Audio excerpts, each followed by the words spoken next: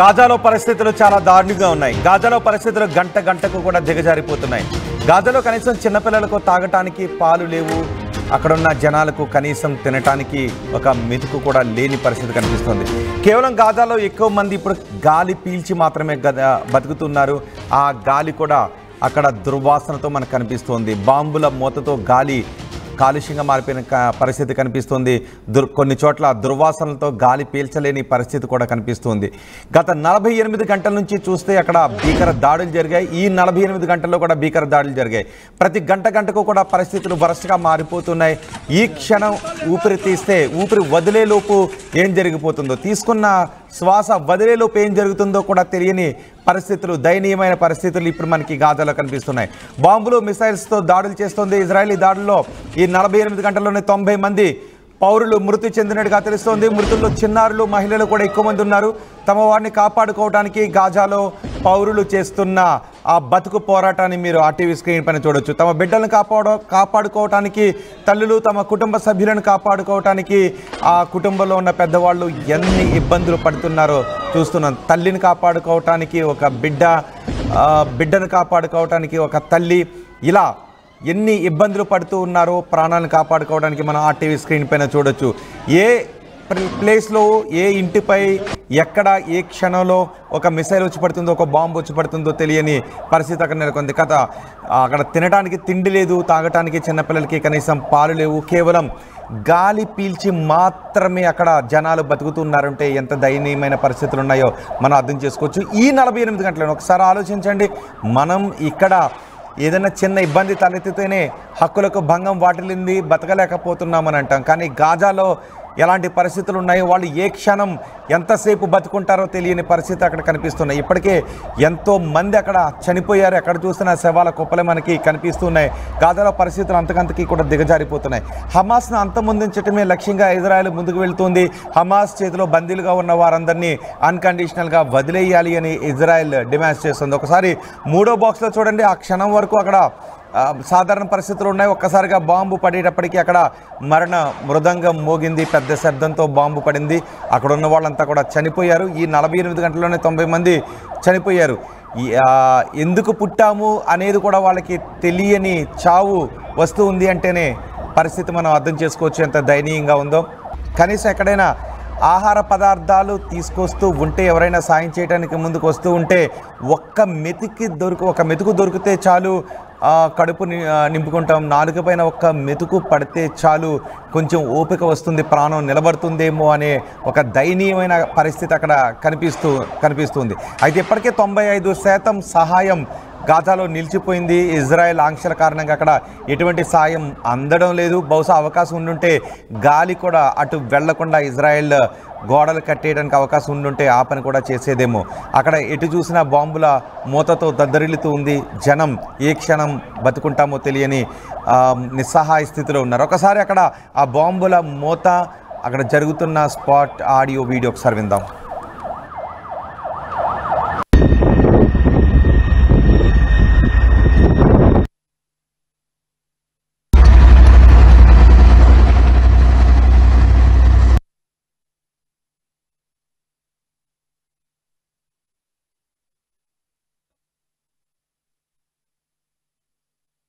وينك يا زلمه استكشف هذا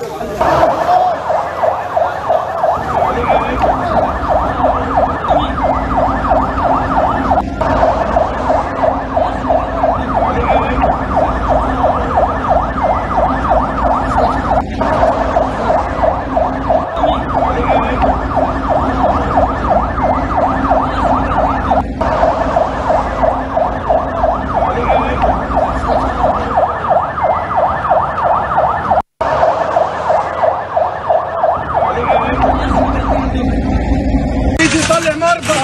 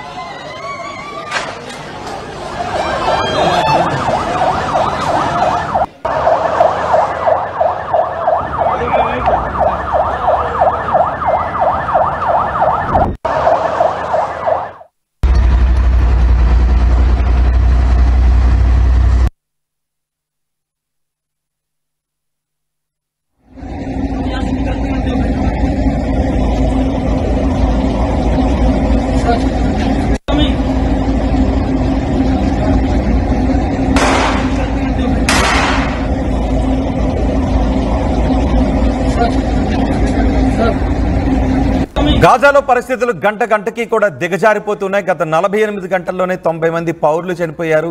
ఏ విధమైన సాయం కూడా గాజాలో అందడం లేదు. ఇప్పటికే 95% సాయం కూడా నిలిచిపోయింది. కేవలం గాలి తీసుకుని మాత్రమే అక్కడ జనం బతుకుతూ ఉన్నారు. చిన్నపిల్లల ఆకలి ఆర్తనాదాలు వింటూ ఉంటే వాళ్ళ తల్లుల కడుపులు తరుక్కుపోతున్నాయి. ఒక మెతుకు దొరికితే చాలు అనుకునే స్థితిలో అక్కడి ప్రజలు ఉన్నారంటే ఎంత దయనీయమైన బతుకుతున్నారో అర్థం చేసుకోవచ్చు. గాజాలో ఈ క్షణం ఎలాంటి పరిస్థితులు ఉన్నాయి మా ప్రతినిధి రామ్దాస్ అందిస్తారు. రామ్దాస్, గాజాలో పరిస్థితులు అంతకంతకు కూడా దిగజారిపోతున్నాయి. గంటకు కూడా ఏ క్షణం ఎవరు బతుకుంటారో తెలియని దయనీయమైన పరిస్థితులు ఉన్నాయి. గత 48 గంటల నుంచి ఎటువంటి పరిస్థితులు కనిపిస్తున్నాయి? ఈ తాజా దాడి కారణం ఇజ్రాయెల్ అమెరికన్ బందీ ఎడాన్ అలెగ్జాండర్ అని చెప్పొచ్చు. ఆయనను బందీగా చేసుకొని హమాస్ తీవ్రవాదులు అతన్ని బందీగా చేసుకొని అతని జాడ చెప్పకపోవడంతో ఇప్పుడు తాజాగా దాడులు జరుగుతున్నాయి. ముఖ్యంగా సివిలియన్స్ ను టార్గెట్ గా చేసుకొని ఈ ఇజ్రాయెల్ దాడులు చేస్తుందంటూ హమాస్ ఆరోపిస్తున్న పరిస్థితి. గత 48 గంటలు దాదాపు 90 మంది చనిపోయిన పరిస్థితి కనబడుతుంది. ముఖ్యంగా ఈ దాడిలో చాలా మంది చిన్నారులు కూడా ప్రాణాలు కోల్పోయిన పరిస్థితి కనబడుతుంది. చిన్నారులు కావచ్చు, మహిళలు కావచ్చు ఎక్కువగా మరణించారు. పూర్తిగా పౌరులను టార్గెట్ గా చేసుకొని దాడులు చేస్తున్నారంటూ హమాస్ ఆరోపిస్తుంది. ముఖ్యంగా ఖాన్ యూనిస్, రఫా నగరాలపై ఇజ్రాయెల్ డిఫెన్స్ ఫోర్సెస్ ఐడిఎఫ్ వైమానిక దాడులు చేస్తోంది. ఉగ్రవాద సంస్థ హమాస్ తమ బందీలను విడుదల చేయాలంటూ డిమాండ్ చేస్తూ ఇజ్రాయెల్ అయితే ఈ దాడులను ముమ్మరం చేసినట్టుగా కనబడుతోంది. గాజా అంతటా దాడులను తీవ్రతరం చేస్తామని ఆ ప్రాంతంలో భారీ భద్రతా మండలాలను ఆక్రమించుకుంటామని ఇజ్రాయెల్ ప్రతిజ్ఞ చేసింది. ఇప్పటికే ఈ నేపథ్యంలో అయితే దాడులను తీవ్రతరం చేసింది. కానీ మరోవైపు హమాస్ చెప్తుంది ఏంటంటే అలెగ్జాండర్ సోకాల్డ్ బందీ అతన్ని కాపలాగా ఉంచినటువంటి గార్డే చనిపోయాడు. ఇక అతని అడ్రస్ గురించి మాకు పూర్తిగా తెలియదంటూ ఇటు హమాస్ ఆరోపిస్తున్న పరిస్థితి. ఏదేమైనప్పుడు కూడా నిజంగా గాజాపై ఇజ్రాయెల్ అయితే విరుచుకు పడుతుంది. గత కేవలం 48 గంటల్లోనే 90 మంది పాలస్తీన్లు ప్రాణాలు కోల్పోయినట్టుగా గాజా ఆరోగ్య మంత్రిత్వ శాఖ చెప్తుంది. ఈ నేపథ్యంలోనే గాజాలో వేలాది మంది ప్రస్తుతానికి నిరాశలేరు. మనం ఒకసారి నిజంగా చెప్పాలంటే గాజాలో అత్యంత దయనీయమైన పరిస్థితులు ఉన్నాయి. అత్యంత ఇట్స్ ఎ హ్యూమానిటేరియన్ క్రైసిస్.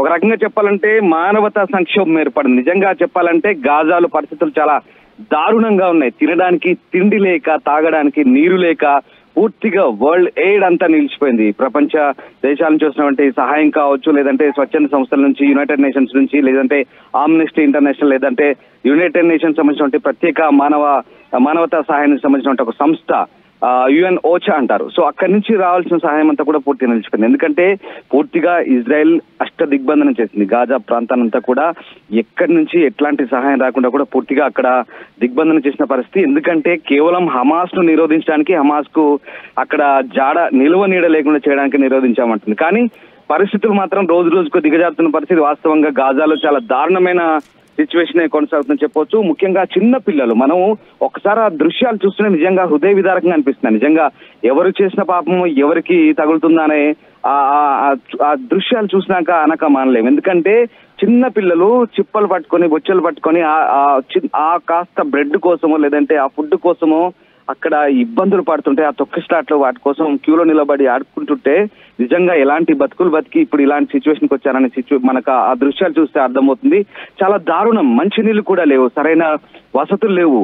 18 నెలల నుంచి కేవలం ఒక్క పూట భోజనం తింటున్నారు గాజా వాసులు అంటే మనం అర్థం చేసుకోవాలి. నిజంగా అంతటి దుర్భర పరిస్థితులు, అశాంతితో, హింసతో ఏం జరుగుతుంది? అశాంతి, ఆకలి కేకలు, అది అక్షరాల గాజాలో నిజమైందని మనకు అర్థమవుతుంది. నిజంగా రావాల్సిన సహాయం అందట్లేదు. ఎందుకంటే గతంలో రావాల్సిన సహాయాన్ని కూడా హమాస్ ఆ సహాయాన్ని పొంది తిరిగి అక్కడి ప్రజలకే అధిక ధరలకు అమ్ముకొని వాళ్ళు దాన్ని సొమ్ము చేసుకొని హమాస్ ఎవరైతే సైనికులు ఉన్నారో వాళ్ళందరికీ కూడా జీతాలు ఇచ్చిన పరిస్థితి. ఇప్పుడు హమాస్ కూడా చాలా ఆర్థిక కష్టాలు వెంటాడుతుంది. గతంలో పాలస్తీనా సెంట్రల్ బ్యాంక్ నుంచి తీసుకున్నటువంటి $1 బిలియన్ కూడా పూర్తిగా ఖర్చు అయిపోయినాయి. అలాగే వివిధ దేశాల నుంచి రావాల్సిన ఫండ్ కూడా పూర్తిగా ఆగిపోయింది. అమెరికా ఆంక్షలు కావచ్చు, ఇజ్రాయెల్ చేసినటువంటి దిగ్బంధనం కావచ్చు, పూర్తిగా ఎక్కడికక్కడ నిలిచిపోవడంతో పూర్తిగా గాజా స్ట్రిప్ అంతా కూడా ఆకలి కేకలతో దుర్భర పరిస్థితుల్లో ఉన్నదని మనకు అర్థమవుతుంది. At the same time Israel ఎప్పటికప్పుడు ఇటు కాల్పుల విరమణ ఒప్పందం కూడా మధ్యలోనే ఆగిపోయింది. కాబట్టి ఇక ఇజ్రాయెల్ మాత్రం తమ బందీలను విడిచిపెట్టేదాకా వదిలిపెట్టమంటూ ఎప్పటికప్పుడు దాడులు చేస్తున్న పరిస్థితి. సో మొత్తం మీద అయితే గత కొద్ది రోజులుగా పూర్తిగా అటు గాజా ప్రజలకు మెడిసిన్, ఆహారము, ఇవన్నీ చాలా ఎసెన్షియల్ అత్యవసర ఏవైతే ఉన్నాయో అవన్నీ కూడా చాలా రోజులుగా నిలిచిపోయాయి.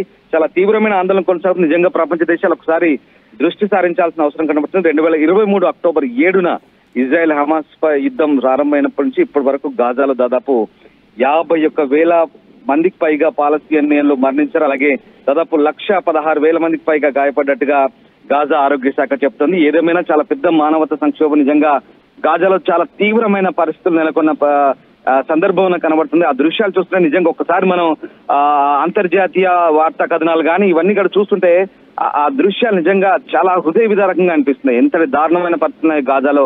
గాజా మరొక ఆఫ్రికన్ కంట్రీస్ లాగా మారబోతున్నా. నిజంగా అంతటి మానవతా సంక్షోభం రాబోతుందా అంటే ప్రస్తుతం ఉన్న పరిస్థితులు బట్టి మనకు నిజమే అనిపిస్తుంది. కానీ ఇంకా ప్రస్తుతానికైతే యునైటెడ్ నేషన్స్ కానీ ఇవన్నీ కూడా జోక్యం చేసుకుంటున్నాయి. ఎప్పటికప్పుడు ఆ సహాయాన్ని అందించేందుకైతే చర్యలకు పూనుకుంటున్నాయి. కానీ ఇక్కడ ఇంకా మిగిలే ఉంది, ఇంకా ఆశ మిగిలే ఉంది. కానీ ఇక్కడ హమాస్ వైపు నుంచి మళ్ళీ ఇటీవల కాలంలో తాజాగా ఇజ్రాయెల్ కూడా కాల్పుల విరమణ ఒప్పందానికి మళ్ళీ ముందుకు వచ్చినప్పుడు కూడా హమాస్ ఒప్పుకోవట్లేదు.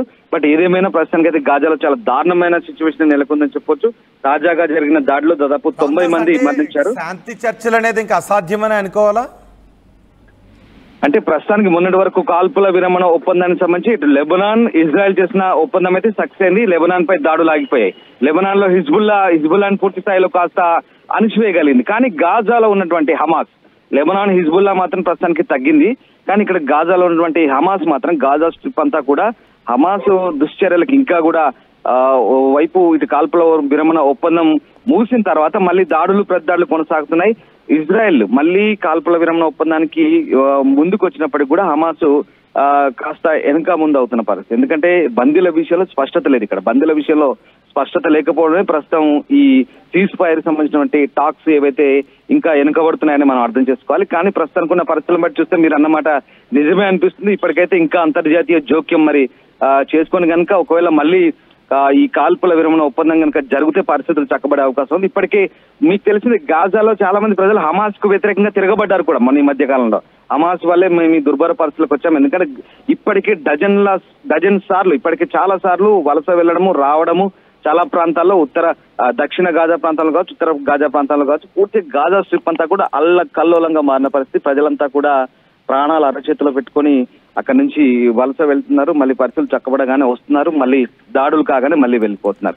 కేవలము జనావాసాలే కాదు, హాస్పిటల్స్ అలాగే స్కూల్స్ అన్ని ప్రాంతాల్లో కూడా ఆ దాడులు ఇజ్రాయెల్ చేసినటువంటి హమాస్ టార్గెట్ గా చేసిన దాడులు సివిలియన్స్ కూడా చాలా మంది ప్రాణాలు కోల్పోతున్నారు. అమాయక పిల్లలు, వృద్ధులు కూడా అందరూ ప్రాణాలు కోల్పోతున్న పరిస్థితి. ఈ నేపథ్యంలోనే ప్రస్తుతం ఉన్నటువంటి సిచ్యువేషన్ అయితే నిజంగా చాలా దారుణ పరిస్థితులకే దారితీసే అవకాశం కనిపిస్తుంది. ఇవన్నీ కూడా దాడులు ఒక ఎత్తు అయితే అక్కడ సహాయం లేదు పూర్తిగా. నేను మీకు ఇందాకే ఎక్స్ప్లెయిన్ చేశాను, సహాయం లేదు పూర్తిగా. అంతర్జాతీయ స్థాయిలో అందాల్సినటువంటి సహాయం అంతా కూడా నిలిచిపోవడంతో చాలా దారుణమైన సిచ్యువేషన్ ఉంది. ఇదంతా కేవలం ఇజ్రాయెల్ మేము హమాస్ ను కట్టడి చేసేందుకే చేస్తున్నామని చెప్తున్నప్పటికీ కూడా పరిస్థితులు నానాటికి దిగజారుతున్నాయి.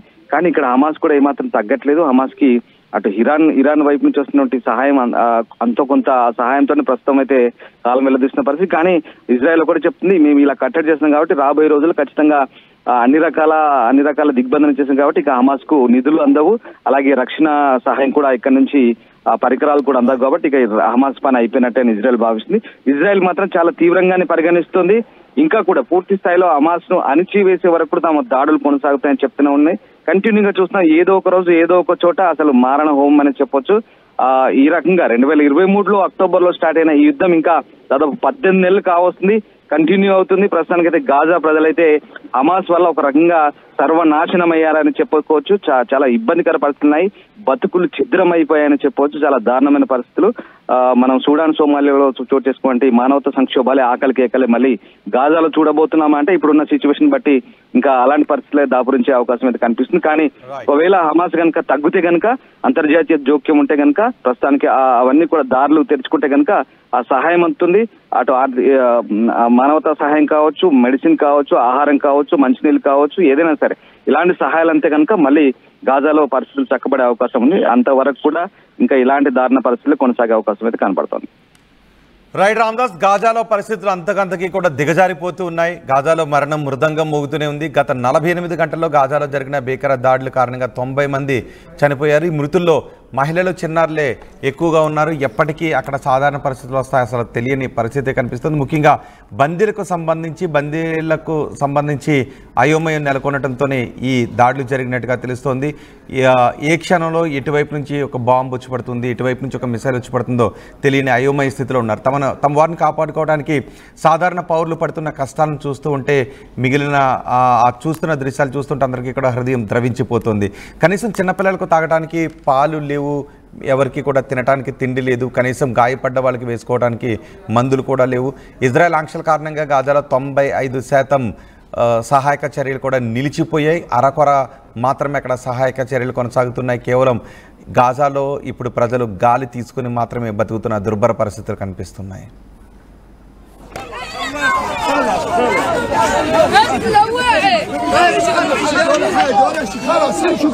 تم استهداف المستشفى الآن. تم قصف المستشفى. عند هؤلاء حاجة حسبنا الله ونعم الوكيل.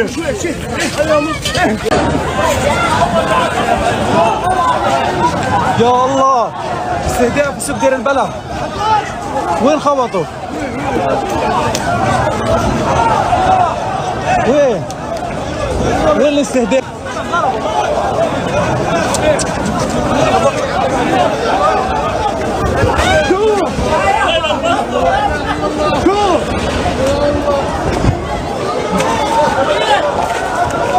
وين الخبطة؟